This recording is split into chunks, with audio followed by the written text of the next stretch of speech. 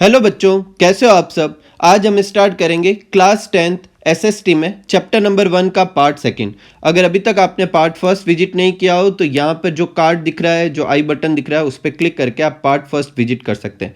Part second में अपन start करेंगे अशोक ने जो धमा या धम की जो एस्टेब्लिशमेंट की थी उसके बारे में अपन पढ़ेंगे। ठीक है, तो सबसे पहले ये देखते हैं कि इसकी नीड क्यों है, मतलब क्या सोच के अशोक ने धमा या धम की एस्टेब्लिशमेंट की थी। ठीक है, तो पहले अपन ये देखते हैं इस वर्ड का मीनिंग क्या है। तो धमा जो है वो ओल्ड लैंग्वेज के हिसाब से, संस्कृत के हिसाब से इसे धर्म समझ सकते हैं और इंग्लिश के हिसाब से इसे रिलीजन कह सकते हैं, लेकिन कंडीशन अप्लाइड। इसे ऐसा ना समझे कि अशोक ने कोई नया धर्म चलाया था। पहले आप इसकी जो इंट्रोडक्शन है उसको अच्छे से समझे ताकि आप समझ पाएं कि ये है क्या।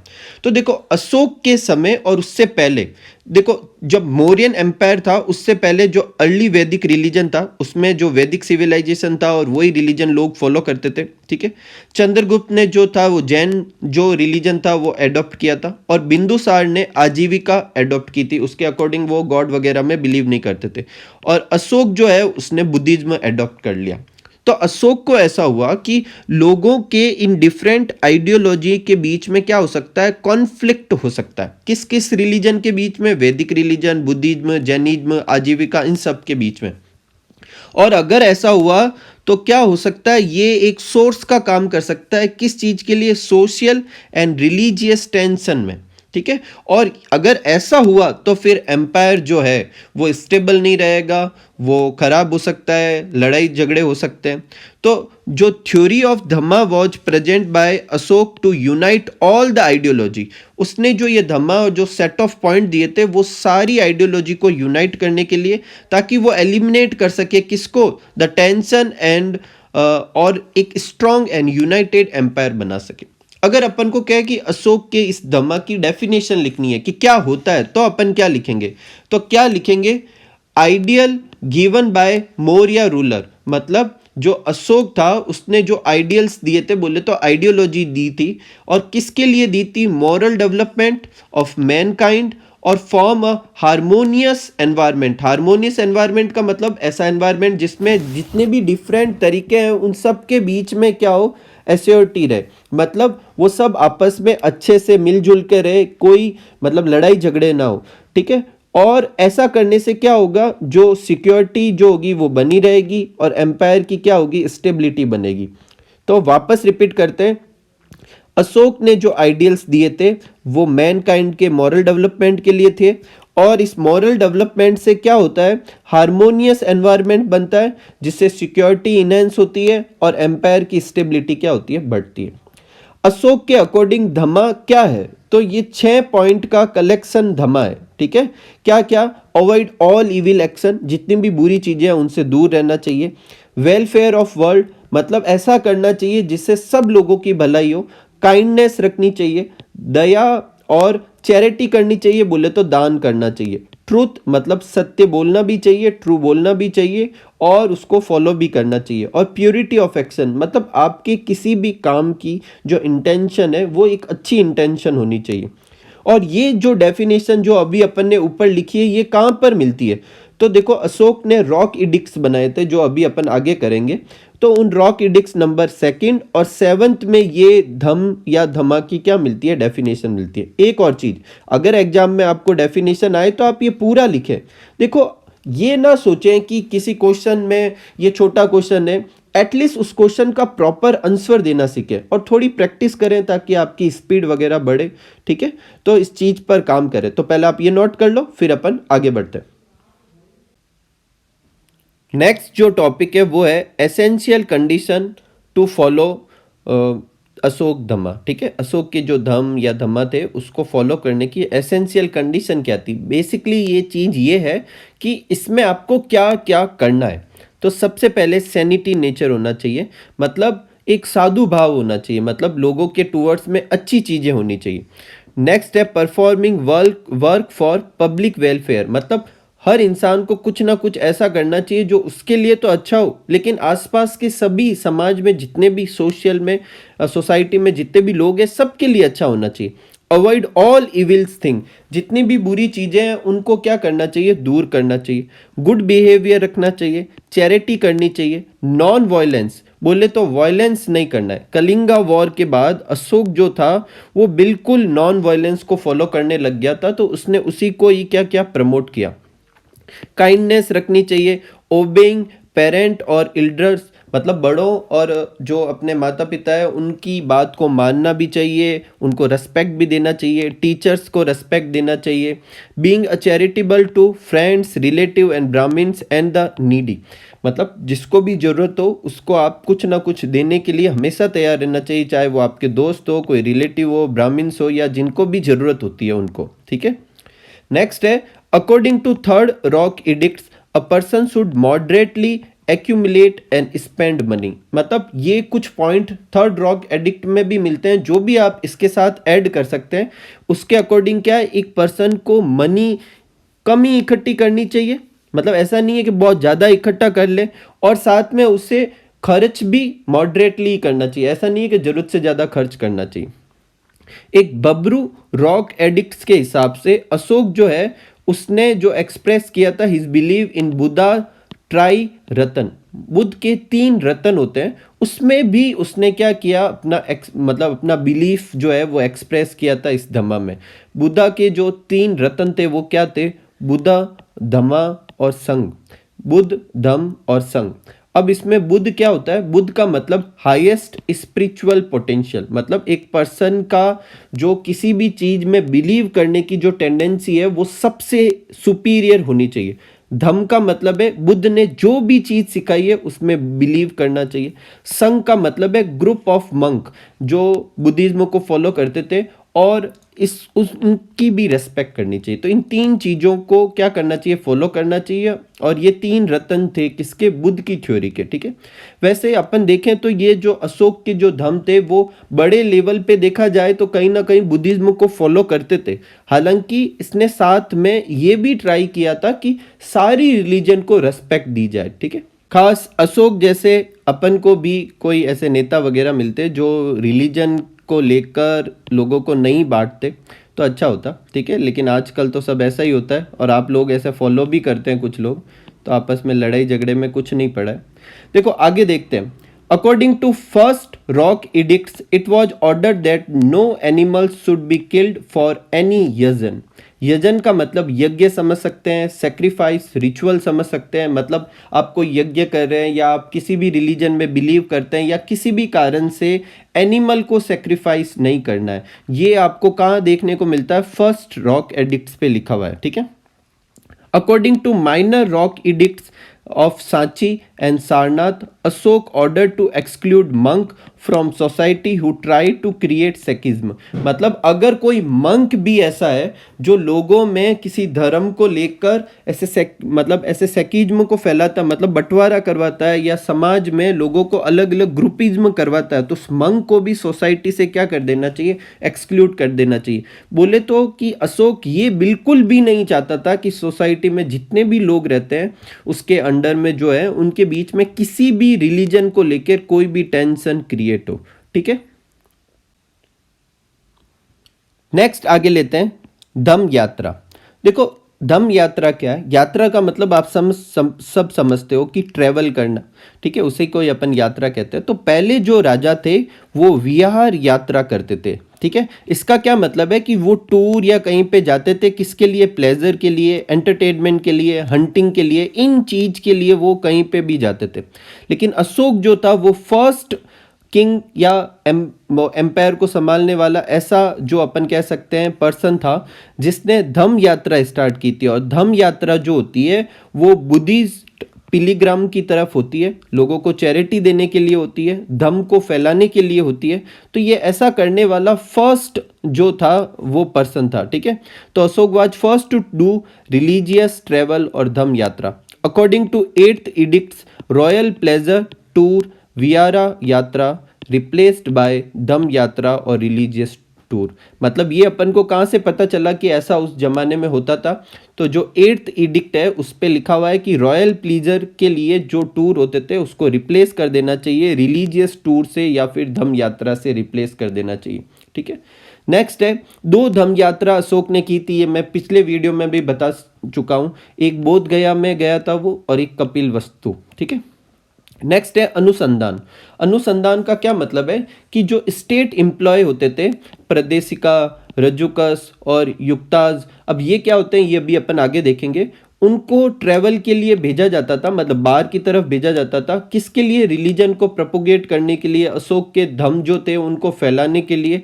एवरी 5th ईयर जो था ये भेजा जाता था। ये 5th की स्पेलिंग आप थोड़ी सही कर लेना, FIFTH है, ठीक है। दिस वॉज कॉल्ड अनुसंधान, इसको क्या बोला गया? अनुसंधान बोला गया था, ठीक है। आगे बढ़ते हैं और नेक्स्ट लेते हैं रॉक एडिक्ट्स। इसे समझने से पहले मैं आपको कुछ पॉइंट बताना चाहता हूँ। ये चाहे तो आप नोट करो चाहे मत करो, ठीक है, आपके लिए एक्स्ट्रा पॉइंट जैसे समझ लेना। देखो, एक वर्ड होता है इंस्क्रिप्शन और एक होता है एडिक्ट्स। इंस्क्रिप्शन क्या होता है? कोई भी चीज लिखी हो स्टोन वॉल पे या किसी हार्ड सरफेस पे, उसे अपन इंस्क्रिप्शन कहते हैं। और इंस्क्रिप्शन में किसी भी तरह का मैसेज हो सकता है, किसी चीज का डिस्क्रिप्शन हो सकता है, कोई ऑर्डर हो सकता है, कोई जो इवेंट हुआ था उसके बारे में बता सकते हैं, किसी भी तरह की इंफॉर्मेशन हो सकती है, वो किस पे होती है? इंस्क्रिप्शन में, ठीक है। और ये इंस्क्रिप्शन 3 तरीके के होते हैं, रॉक इंस्क्रिप्शन, पिलर इंस्क्रिप्शन और केव इंस्क्रिप्शन। इसमें से जो रॉक और पिलर वाले हैं वो एडिक्ट्स की कैटेगरी में आता है, और केव वाला जो है वो अदर डिस्क्रिप्शन है, ठीक है। अब बात उठती है, तो फिर ये एडिक्ट्स है क्या?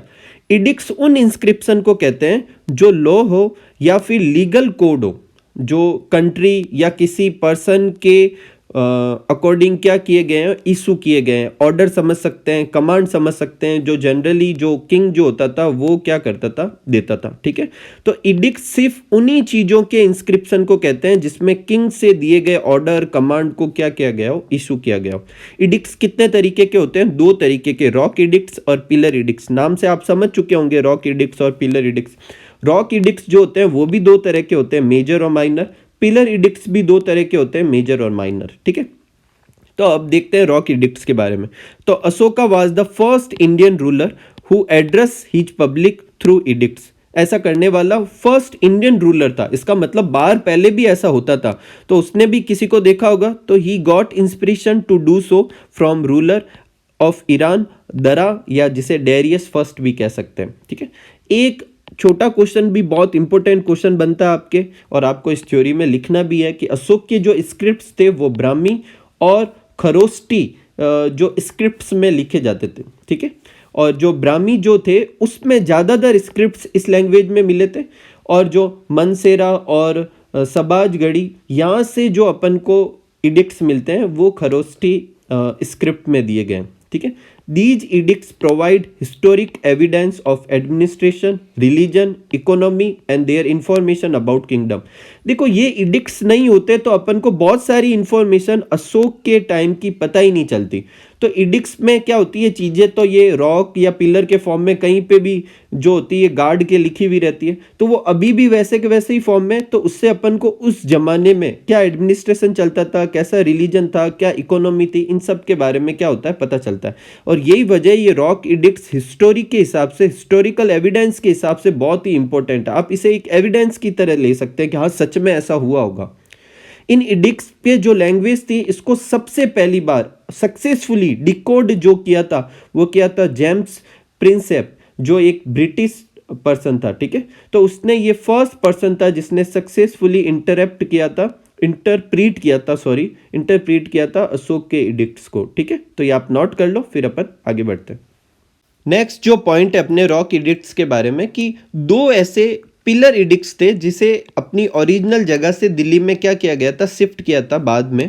एक था टोपरा टू दिल्ली और एक मेरठ टू दिल्ली। ये वाला जो टोपरा टू दिल्ली किया गया, इसके बारे में आपकी बुक में लिखा हुआ है, ठीक है, इसलिए मैंने इसको ब्लू कलर में लिख दिया। दूसरा चाहे तो आप स्किप भी कर सकते हैं। और जो किया गया था, इस पे 7 एडिक्ट्स थे। एक रॉक एडिक्ट 2nd और 3rd के ऊपर जो है किंग एंटियोकस 2nd के बारे में भी क्या मिलती है? इंफॉर्मेशन मिलती है। नेक्स्ट जो अपना क्वेश्चन है वो जो है कि श्रीलंका में बुद्धिज्म की स्टार्टिंग कैसे हुई थी? तो अशोक से इन्फ्लुएंस होके वहाँ का जो किंग था जिसका नाम था तिसा, ठीक है, और वो जो था श्रीलंका का था, उसने एडॉप्ट किया था टाइटल देवनम प्रिय। और ये वही टाइटल था जो अशोक ने खुद को दिया था। ठीक है, तो उसने अशोक से क्या ली, इंस्पिरेशन ली। और he also invited Ashok on his coronation, ये उसका सेकंड कोरोनेशन था। जो उसका राज तिलक था उस समय उसने अशोक को क्या किया, इनवाइट किया। तो अशोक खुद तो नहीं गया था, लेकिन उसने अपने लड़के महेंद्र को वहाँ पर भेजा था। और साथ में वो जाते समय, आप गिफ्ट के फॉर्म में देखो या किसी भी फॉर्म में देखो, बोध वृक्ष जो था उसका कुछ पार्ट भी वहाँ लेके गया था। और फिर उसने वहाँ सेरेमनी जो थी अटेंड की थी। और इस तरीके से बुद्धिज्म जो है वो श्रीलंका में क्या हो गया, स्टार्ट हो गया। ठीक है, नेक्स्ट जो अपना टॉपिक है वो है फॉल ऑफ मौर्यन डायनेस्टी। मतलब मौर्यन डायनेस्टी जो इतनी फैल चुकी थी वो एकदम सडनली कोलैप्स कैसे हो गई। तो देखो, अशोक के समय जो एम्पायर था उसका बहुत बड़ा था, लेकिन उसकी डेथ के बाद में लगभग 6 सक्सेसर ने रूल किया, और वो भी जस्ट 50 ईयर्स में। अकेले अशोक ने करीब 40 to 45 ईयर्स रूल कर लिया होगा, लेकिन 50 ईयर्स में उसकी नेक्स्ट जो 6 जनरेशन थी, उसने 6 जनरेशन तो नहीं कहेंगे, 6 सक्सेसर कहेंगे, 6 लोगों ने क्या किया, रूल किया था। ठीक है, तो जो ये अपन ने लिखा हुआ, after the death of Ashoka 6 successor rule but they were weak and due to following reason such a vast empire decline in next 50 generation नहीं लिखना है यहाँ पर, आप क्या कर लो, इसको 50 ईयर कर लो। ठीक है, नेक्स्ट 50 ईयर में अशोक का जो इतना बड़ा एम्पायर था वो पूरा का पूरा ही क्या हो गया, डिस्ट्रॉय हो गया। तो इसके क्या कारण थे देखते हैं। सबसे पहला जो कारण था वो था ब्राह्मणिकल रिएक्शन। इसका क्या मतलब है, अशोक के जो धर्म थे उस धर्म में उसने किसी भी रिलीजन को ऐसे प्रमोट नहीं किया था, लेकिन उसकी कुछ चीज़ें ऐसी थी जो ब्राह्मणों को पसंद नहीं आई। जैसे चैरिटी सिर्फ उन लोगों को देनी है जिनको नीडी हो, जिनको ज़रूरत हो। ठीक है, रिचुअल्स को फॉलो नहीं करना चाहिए। फीमेल भी जो थे वो कुछ रिचुअल्स थे वो फॉलो कर सकते थे जो ब्राह्मणों को पसंद नहीं थे। और रिचुअल्स के बाद में जो ये सेक्रीफाइस वगैरह देते थे, बलि वगैरह देते थे, वो भी मना कर दिए थे। तो कुछ ऐसी चीज़ें थी जो ब्राह्मणों को पसंद नहीं थी। लेकिन अशोक के समय तो सब एक वो हारमोनियस एनवायरनमेंट था, किसी को कोई प्रॉब्लम नहीं थी। लेकिन अशोक के बाद में जब नेक्स्ट 50 ईयर्स जो भी इनके सक्सेसर ने रूल किया था, उस समय जब लोगों के मन में ये चीज़ें बढ़ने लगी तो उनको कंट्रोल नहीं कर पाए। तो ब्राह्मण्स जो थे वो सबसे ज़्यादा क्या थे, एंग्री थे इस चीज़ से। तो नेक्स्ट 50 ईयर्स में जो सबसे ज़्यादा जिनके मन में ऐसे आप कह सकते हो प्रॉब्लम थी, वो सारे ब्राह्मण्स थे। दूसरा था फाइनेंशियल क्राइसिस। अशोक के समय जब अपन मिलिट्री पढ़ेंगे मौर्यन एम्पायर की, तब देखेंगे कि बहुत बड़ी सी जो आर्मी थी, और इतनी बड़ी आर्मी को हैंडल करने के लिए बहुत ही ज़्यादा अमाउंट में पैसों की ज़रूरत थी। अशोक के समय तो कोई प्रॉब्लम थी नहीं, क्योंकि उस ज़माने में तो मतलब बहुत ही सब कुछ अच्छा ही था। लेकिन उसके बाद में इतनी बड़ी आर्मी को हैंडल करना किसी भी और सक्सेसर के लिए पॉसिबल नहीं हुआ। नेक्स्ट था, अशोक ने नॉन वायलेंस की तरफ मुंह कर लिया था। लेकिन अशोक खुद तो बहुत ही अच्छा वो था, किंग था, और साथ ही साथ में अशोक जो था उसको लड़ना वड़ना आता था। हालांकि उसने लड़ाई छोड़ दी, तो बाहर से किसी और कंट्री से किसी की ऐसी हिम्मत नहीं हुई अटैक करने की। लेकिन जो उसके सक्सेसर थे वो इस नॉन वायलेंस की वजह से लेस इंटरेस्टेड हो गए वॉर के टूवर्ड्स में, और वो वॉर को इतनी अच्छे तरीके से जानते भी नहीं थे, क्योंकि उन्होंने तो कोई अपनी ज़िंदगी में वॉर लड़ी ही नहीं। और इस वजह से बाहर से अटैक होने भी लगे, जो कि अपना नेक्स्ट पॉइंट भी आता है, फॉरेन इन्वेजन। नेक्स्ट है, अशोक के जस्ट बाद में उसके जो नेक्स्ट सक्सेसर थे उनके बीच में पूरे एम्पायर को 2 पार्ट में डिवाइड कर दिया गया था, वेस्टर्न और ईस्टर्न पार्ट। ये भी एक तरीका था, हालांकि वो एक ही डायनेस्टी के थे, फिर भी टुकड़े तो स्टार्ट हो ही गए थे। अगर अपन सक्सेसर के हिसाब से देखें तो अशोक था। अशोक के जितने भी लड़के थे उनमें से सिर्फ एक का नाम आपको याद रखना है, कुनाला। ठीक है, कुनाल के नाम पे याद रखना है। और एक और था जिसका नाम आप याद रख सकते हैं, जिसका नाम था सुयस। ठीक है, और कुछ बुक में लिखा हुआ है वो अशोक का एक और लड़का था, कुछ बुक में ऐसा लिखा हुआ है कि वो कुनाल का ही दूसरा नाम था। ठीक है, अपनी बुक में सिर्फ एक का ही जिक्र है। ये जो है वो ब्लाइंड था। अब अपनी बुक में लिखा हुआ है ये ब्लाइंड था, लेकिन कुछ बुक में लिखा हुआ है कि जो सुयस जो था, जो दूसरा नाम आता है सामने, उसने इसको कुछ खिला पिला के इसको क्या कर दिया था, अंधा कर दिया था। ठीक है, इसने जो ये कुणाल था इसके बारे में बुक में एक क्वेश्चन दे रखा है कि इसने अपना नाम क्या रखा, धर्म विवर्धन नाम रखा था। और ये कहाँ से मिलती है इंफॉर्मेशन, दिव्य वर्धन से मिलती है। ठीक है, कुणाल के बाद में जो सक्सेसर थे वो कौन से थे? दशरथ और संप्रीति थे। अब यहाँ पर भी कंफ्यूजन है, कुछ लोग कहते हैं कि कुणाल का लड़का सिर्फ संप्रीति था, दशरथ जो था वो अपने सुयस का लड़का था। लेकिन जो भी है, अपनी बुक में ये दो नाम दे रखे हैं। और कुछ बुक्स के हिसाब से ऐसा भी है कि अशोक का जो ये किंगडम था वो उनके बच्चों के बीच में डिवाइड किया ही नहीं गया था, क्योंकि जब सुयस ने कुणाल को अंधा कर दिया था तो अशोक दोनों से ही नाराज हो गया था और उसने अपना किंगडम जो है बच्चों में ना बांट के किस में बांटा था? ग्रैंडसन में बांटा था। तो जो ये आपने वेस्टर्न और ईस्टर्न पार्ट्स पढ़े थे वो इन दोनों में क्या हुए थे? डिवाइड हुए थे। जो भी है, नेक्स्ट सक्सेसर ये थे। उसके बाद ये तीन नाम आपकी बुक में नहीं दे रखे, तो आप चाहो तो इग्नोर कर सकते हो, सालिसुका, देवधर्मन और सतधवन। ठीक है, ये आप चाहे नाम इग्नोर भी कर सकते हो। जो लास्ट मौर्यन डायनेस्टी पे जो था, जो किंग था, उसका नाम आपको याद रखना है, वो क्या था? बृहदर्थ था। ठीक है, और ये लास्ट मौर्यन रूलर था, इसका नाम याद रखें, आपको क्वेश्चन पूछ भी सकते हैं। और इसको किसने मारा था? तो इसको ब्राह्मीण मिनिस्टर ने मारा था, जिसका नाम था पुष्यमित्र शुंगा। और यहाँ से मौर्यन डायनेस्टी तो होती है एंड, और कौन सी डायनेस्टी स्टार्ट होती है? शुंगा डायनेस्टी। ठीक है, तो आपको मैंने पहले भी बता ही चुका था, ब्राह्मण कुछ जरूरत से ज़्यादा नाराज भी थे और इसने उसको मार के शुंगा डायनेस्टी को क्या किया था? एस्टेब्लिश किया था। ठीक है, नेक्स्ट लेते हैं मौर्यन एडमिनिस्ट्रेशन। तो देखो, जो मौर्यन एम्पायर था बहुत ही बड़ा एम्पायर था, लेकिन वहाँ का एडमिनिस्ट्रेशन भी बहुत अच्छा था। यही वजह है कि अशोक के समय इतना बड़ा जो एम्पायर था वो भी अच्छे से रन किया। ठीक है, तो जो मौर्यन एम्पायर था उसे क्या किया गया? छोटे छोटे स्मॉलर प्रोविंसेज में क्या किया गया? डिवाइड किया गया। लेकिन उनको हैंडल करने के लिए एक सेंट्रल अथॉरिटी बनाई गई थी। जैसे आप ये समझ सकते हैं कि ये पूरा जो था अशोक का एम्पायर था, उसको 5 प्रोविंस में क्या किया गया था? डिवाइड किया गया था। ये कौन से थे अभी अपन देखेंगे। लेकिन ये 5 प्रोविंस जो है एक सेंट्रल अथॉरिटी को क्या करते थे? अपनी सारी इंफॉर्मेशन सबमिट करते थे। और वो सेंट्रल अथॉरिटी जो है सेंट्रल एडमिनिस्ट्रेशन भी कहलाता है, जो किंग और मंत्री परिषद क्या करते थे? संभालते थे। ठीक है, और ये जो इस तरीके का जो सिस्टम था उसे क्या कहेंगे? Centralised government system. और ये इंडिया में फर्स्ट टाइम मौर्यन एम्पायर के समय देखा गया था। तो सेंट्रल एडमिनिस्ट्रेशन में देखें तो सेंट्रल एडमिनिस्ट्रेशन जो कंट्रोल किया जाता था वो किंग और मंत्री परिषद से कंट्रोल होता था। पहले अपन देखते हैं किंग के बारे में। किंग जो था वो सोल था और सुप्रीम अथॉरिटी थी किसकी? इस मौर्यन एडमिनिस्ट्रेशन की। और सारे डिसीजन, फाइनल डिसीजन जो भी एडमिनिस्ट्रेशन से रिलेटेड होते थे, फाइनल डिसीजन तो वो ही लेता था। सेकंड है मंत्री परिषद। मंत्री परिषद जो था उसमें बहुत सारे डिपार्टमेंट थे अपनी बुक के हिसाब से, और कुछ बुक में यही क्लासिफिकेशन दिया गया है उसके हिसाब से। मौर्यन एडमिनिस्ट्रेशन में 18 डिपार्टमेंट थे और इनको कहा गया तीर्थास। ठीक है, और ये 18 डिपार्टमेंट क्या है वो अभी अपन देखते हैं, पहले आप ये नोट कर लीजिए। तो 18 जो तीर्थास थे वो क्या थे? तो पहला था मंत्री जो एडवाइजर ऑफ किंग था। दूसरा था पुरोहित जो रिलीजियस इशू पे जो भी एडवाइस होती थी वो लेता था। तीसरा था युवराज जो किंग का सक्सेसर था। फिर था सेनापति जो चीफ ऑफ डिफेंस था। ठीक है, इसके अलावा आपको दो नाम और आपकी बुक में दे रखे हैं, उनके बारे में भी दे रखा है। पहले तो आपकी बुक में ऐसे दे रखा है कि ये 4 जो थे वो मेन तीर्थास थे और 4 के नाम दे रखे हैं।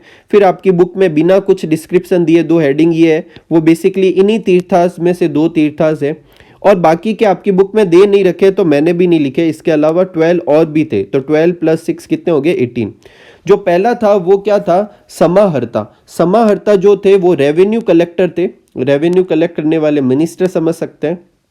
और जो ये थे इनका जो रिस्पॉन्सिबिलिटी थी रेवेन्यू कलेक्ट करना, इनकम का रिकॉर्ड रखना, खर्चों का रिकॉर्ड रखना और एक एनुअल बजट तैयार करना। जो आज के हिसाब से अपन देखें तो जो फाइनेंस मिनिस्टर होते हैं उनके इक्वल था ये समाहर्ता। ठीक है, नेक्स्ट जो है वो है सन्निधाता। सन्निधाता को अपन ऐसा समझ सकते हैं जो अपने मनी को मतलब इकट्ठा करके रखते थे, जो अपने आम भाषा में आप सुनते हो कोषाध्यक्ष जो सुनते हो, उस तरीके से ये कुछ थे। और ये जो थे वो सारे के सारे इनकी रिस्पॉन्सिबिलिटी क्या थी कि जो ट्रेजरी और ग्रेनरीज होती है, मतलब पैसों का जो रिकॉर्ड रखना है, मतलब वो कहाँ स्टोर रहता है उसकी देख रेख करनी, उसका रिकॉर्ड रखना। और जो अनाज के जो भंडार होते थे, ग्रेन्स के जो होते थे, उनको इकट्ठा करना, उनका रिकॉर्ड रखना, उसे मेंटेन करना। ठीक है, तो ये 2 के बारे में आपकी बुक में लाइनें दे रखी है, तो ऐसे पूछ सकते हैं कि इन ऑफिसर का काम क्या था।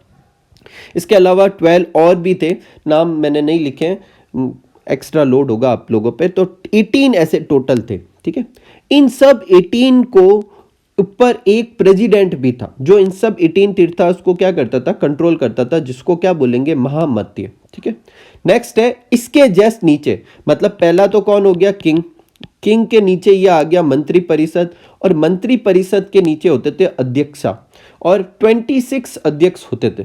ठीक है, कुछ इंपॉर्टेंट आपकी बुक में लिखे हुए हैं और उनके बारे में मैंने भी लिखा है। पहला है सीताध्यक्ष, सीताध्यक्ष जो है वो एग्रीकल्चर से रिलेटेड थे।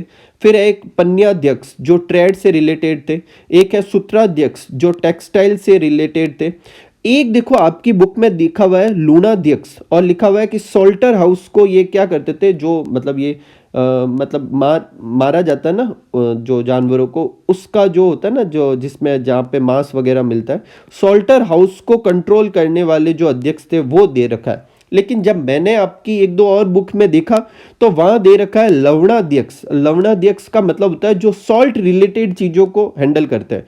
अब मुझे नहीं पता कि ये आपकी बुक में ये पॉइंट गलत है या सही, आपकी बुक में यही लिखा हुआ है। मैंने 2-3 बुक आपके कोर्स की जो एडवाइजर वगैरह है उसमें भी यही लिखा हुआ है, लेकिन शायद मेरे हिसाब से यहाँ लवणाध्यक्ष होना चाहिए, जो भी है।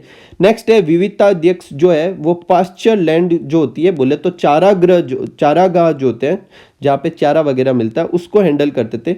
लक्षणाध्यक्ष जो नेक्स्ट थे वो क्या करते थे, करेंसी वगैरह को क्या करते थे, इशू करते थे। ऐसे 26 और भी होते थे, और फिर उसके नीचे होते थे युक्ताज और उपयुक्ता।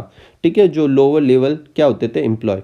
मतलब मैं वापस रिपीट कर देता हूँ, सबसे ऊपर किंग, फिर ये जो तीर्थास थे ये होते थे, फिर ये अध्यक्षा जो थे वो थे, फिर युक्ता, और फिर क्या था, उपयुक्ता। मतलब बहुत ही अच्छे लेवल का जो था सेंट्रल एडमिनिस्ट्रेशन था, और पूरा एडमिनिस्ट्रेशन के लेवल थे। ठीक है, तो आप इसे नोट कर लो, फिर अपन आगे बढ़ते हैं। नेक्स्ट है प्रोविंशियल एडमिनिस्ट्रेशन। देखो प्रोविंशियल एडमिनिस्ट्रेशन पे भी आपके एक शॉर्ट क्वेश्चन आ सकता है, यहाँ से यहाँ तक लिख सकते हैं। इसमें अपन को बेसिकली ये समझना कि इतना बड़ा जो एडमिनिस्ट्रेशन था उसके टुकड़े कैसे, टुकड़े मतलब ऐसे हैंडल करने के लिए क्या कैटेगरी बनाई गई होगी। तो सबसे ऊपर तो अपन को पता है जो पूरा किंगडम था उसको 5 प्रोविंसेज में डिवाइड किया गया था। नॉर्थ साइड में जो था उसे बोला गया उत्तरापद, जो दक्षिण में था बोले तो साउथ साइड में जो था उसे बोला गया दक्षिणापथ।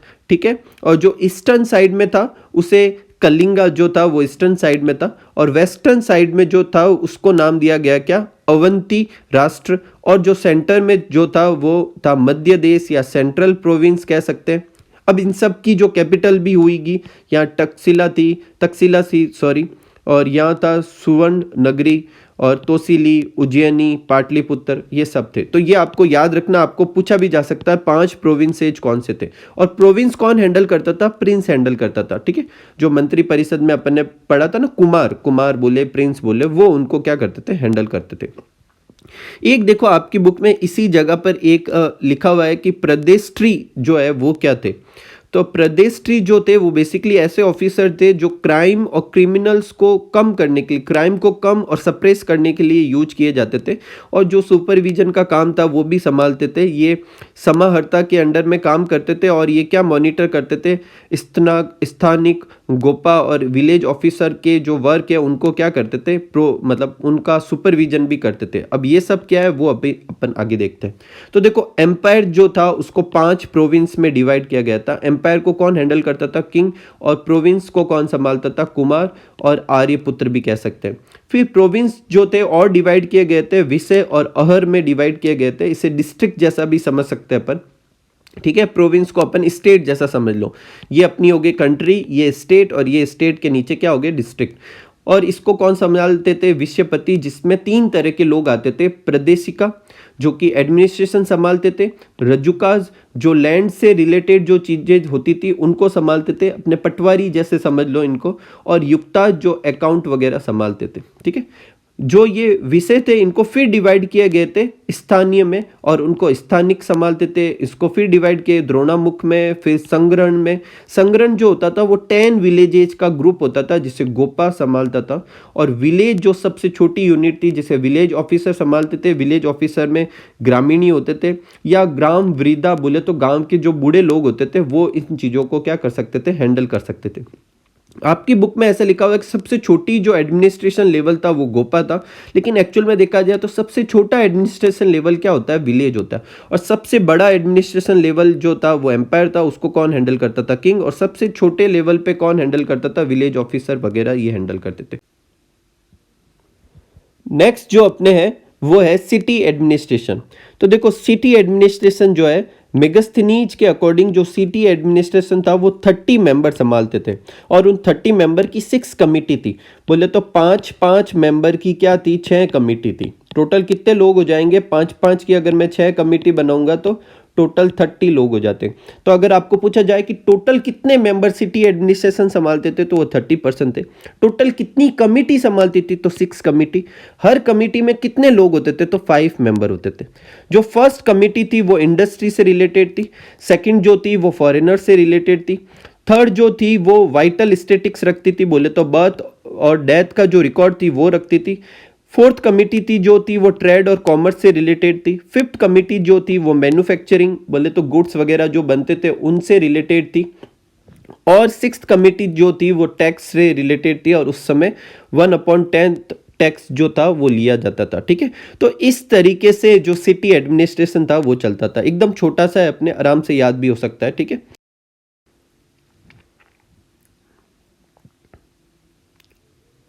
नेक्स्ट है मिलिट्री सिस्टम। जिस तरीके से सिटी एडमिनिस्ट्रेशन जो था वो 30 मेंबर संभालते थे, ये भी 30 मेंबर ही संभालते थे। इनमें भी 6 कमिटी थी, इसमें भी 6 कमिटी है, इसमें भी 5 मेंबर हर एक कमिटी में थे, इसमें भी 5 मेंबर हर एक कमिटी में थे। आपकी बुक में लिखा हुआ है टोटल 5 डिपार्टमेंट थे मिलिट्री सिस्टम में। नेवी जो मतलब पानी में जो आर्मी होती है वो, पैदल जो पैदल चलते हैं आप सब जानते हो, अश्व जो घोड़े के ऊपर जो थे आर्मी में, रथा जो रथ लेके जाते थे, हाथी जो हाथी मतलब हाथी पे जो मेंबर थे वो। ये 5 डिपार्टमेंट थे किसके, मिलिट्री सिस्टम के। और इसकी जो 6 कमिटी है वो कौन सी होगी, तो नेवी से रिलेटेड थी एडमिरल्टी, और पैदल से रिलेटेड थी इन्फेंट्री। इन्फेंट्री बोले तो पैदल की जो कमिटी होती है उनके लिए वर्ड यूज कर सकते हैं। अश्वा से जो रिलेटेड थी वो थी कैवेलरी, और चैरियट्स जो थे वो क्या थे, रथ से रिलेटेड। बोर्ड ऑफ एलिफेंट जो था वो हाथी से रिलेटेड था, और एक और था board of transport and supervision of equipment. मतलब एक कमेटी थी नेवी के लिए, एक पैदल के लिए, एक अश्वा के लिए, एक रथ के लिए, एक हाथी के लिए, जो 5 कैटेगरी से लड़ते हैं उन सब के लिए, और एक जो इक्विपमेंट होते हैं दूसरे चीज़ों के लिए, उनके ट्रांसपोर्ट और उनके सुपरविजन के लिए थी। तो ये 6 कमेटी थी किसमें, मिलिट्री सिस्टम में। मेगस्थनीज की इंडिका जो बुक थी उसके अकॉर्डिंग जो मौर्यन एम्पायर की बहुत बड़ी आर्मी थी, जिसमें 6 लाख तो सोल्जर थे, 50,000 जो थे घुड़सवार थे, मतलब हॉर्स पे जो लड़ते थे वो थे 50,000, और 9,000 जो थे एलिफेंट्स पे, और 1800 जो थे वो रथ थे। तो बहुत ही बड़ा, और स्पेशली उस जमाने के हिसाब से देखें तो कुछ ज़्यादा ही बड़ा इसका क्या था, वो था आर्मी का जो डिपार्टमेंट था। और यही वजह है कि अशोक के बाद में जब इतनी बड़ी आर्मी संभालनी पड़ी तो फाइनेंशियल क्राइसिस हो गए थे। नेक्स्ट है जुडिशियल सिस्टम। तो देखो जुडिशियल सिस्टम के लिए आप सब जानते हैं कोर्ट होने चाहिए। तो मौर्यन एम्पायर के समय 2 तरह के कोर्ट होते थे, एक था धर्मस्थीय और एक था कंटक शोधन। धर्मस्थीय ऐसे समझो मॉडर्न जो सिविल कोर्ट होते हैं वो, और कंटक शोधन जो क्रिमिनल कोर्ट होते हैं वो। जो धर्मस्थीय था जो उसमें डिसीजन जो थे 3 धर्मस्थस जो थे वो लेते थे, जिसे व्यावहारिक भी बोलते हैं, व्यवहारिक भी बोलते हैं, और 3 अमात्य। 3 तो ये और 3 ही अमात्य, 6 जने मिलके डिसीजन लेते थे। यहाँ पर कौन से केस आते थे जो एसोसिएट होते थे, एब्यूजिंग से, बीटिंग से, किसी को मार पीट है, किसी को गाली गलौज है, कुछ बुरा भला बोल दिया है, चोरी चकाटी हो गई है, लूटपाट हो गई है, उससे रिलेटेड जो भी थे वो धर्मस्थीय कोर्ट में आते थे। कंटक शोधन में जो बड़े क्रिमिनल केस होते थे वो आते थे, और इसमें 3 तो होते थे प्रदेष्ट्री, जो मैंने आपको पहले भी समझा चुका हूँ, 3 ही अमात्य होते थे। ठीक है, अमात्य बोले तो टाइप ऑफ ऑफिसर्स। ठीक है, नेक्स्ट है अपने को ये देखना है जुडिशियल सिस्टम में लोवेस्ट और हाईएस्ट लेवल क्या था। तो सबसे लोवेस्ट जो प्रोविंशियल जब अपन ने सिस्टम किया तो सबसे छोटी यूनिट थी ग्राम, ठीक है, विलेज। तो विलेज में वहां पर कौन होते थे, ग्रामीणी और ग्राम वृद्धा होते थे। तो यहाँ पर वही डिसीजन सुना देते थे, मतलब जो भी चीज होती थी छोटी मोटी, यहाँ पे डिसीजन वही सुना देते हैं। यहाँ पर कोई ये दो तरह के कोर्ट नहीं होते। तो लोवेस्ट लेवल पे ये दोनों कोर्ट नहीं होते। और हाईएस्ट लेवल पे कौन सुनाता है, किंग, जो सुप्रीम हेड होता है। और ये जो था इसका सेंट्रल कोर्ट था कहाँ, पाटलिपुत्र में।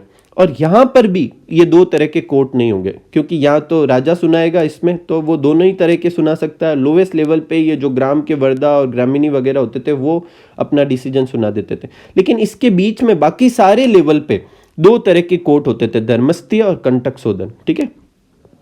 According to Chanakya there are 4 part, main part of law. Law के क्या होते थे, 4 जो होते थे पार्ट होते थे। क्या क्या, धर्म मतलब रिलीजन बेसिस, व्यवहार बोले तो बिहेवियर बेसिस, चरित्र बोले तो करेक्टर बेसिस, और शासन बोले तो एडमिनिस्ट्रेशन बेसिस। मतलब रिलीजन के फॉर्म में कोई प्रॉब्लम हो सकती है, किसी के बिहेवियर रिलेटेड कोई प्रॉब्लम हो सकती है, करेक्टर रिलेटेड हो सकती है, और एडमिनिस्ट्रेशन में कुछ गड़बड़ हो सकती है। ठीक है।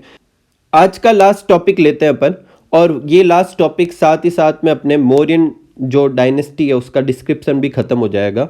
वो है मौर्य सोसाइटी, मतलब सोसाइटी कैसी थी मौर्यन के समय।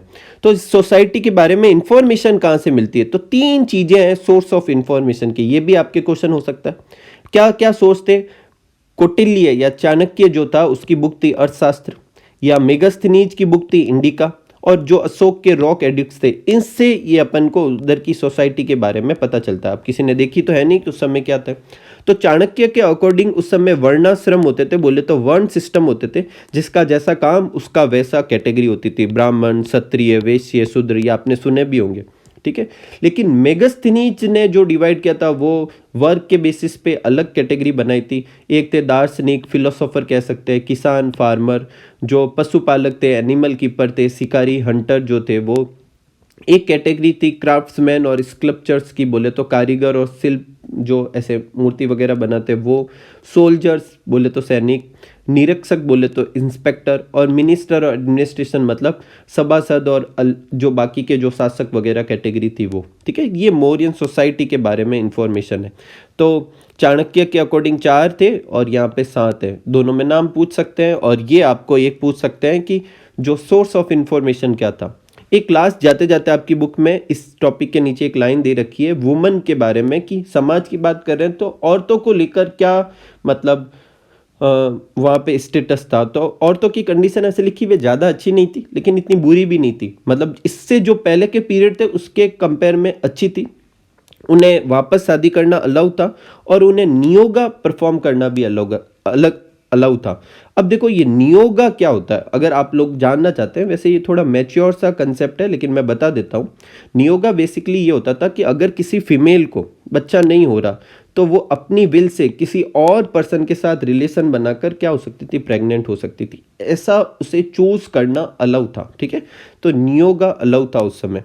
इसी के साथ अपना मौर्यन एडमिनिस्ट्रेशन जो था वो पूरा हुआ।